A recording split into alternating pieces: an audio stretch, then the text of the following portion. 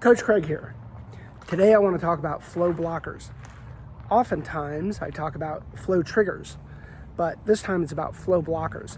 And a flow blocker is something that blocks your ability to get into the state of flow. And what is the state of flow? That is an optimal state of being where you feel your best and you perform your best.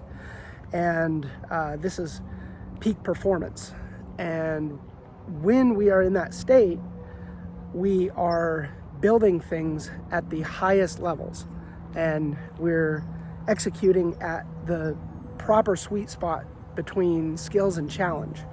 And so the question is, how do you deal with flow blockers? And flow blockers are those things that end up coming up that will cause you to not be able to get into the state of flow. And so, for example, it could be something biological.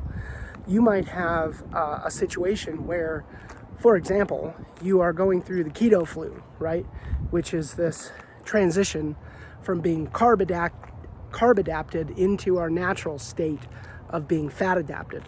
And during that situation, you might have a headache, you might have brain fog, you might have all these biological things that are going on that are preventing you from being able to really get in and do the deep work that you need to do. And so, if that happens, you just have to recognize that sometimes you're not going to be able to get into the flow state in the same way that you normally would.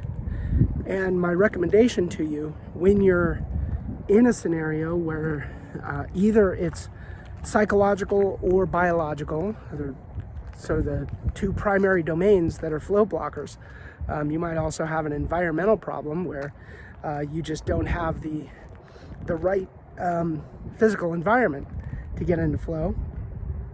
But when this happens,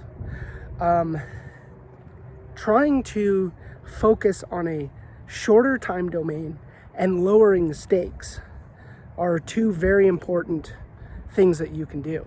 And by lowering the stakes, it means like, okay, I'm moving from productivity mode into tinkering mode, and I'm just going to tinker.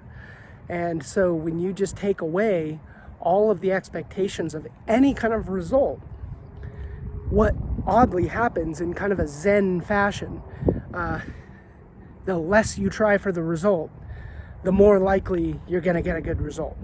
And so you just kind of have to let it go when you are having problems and you can't get into that flow state. So I hope this is helpful for those days when you do have flow blockers.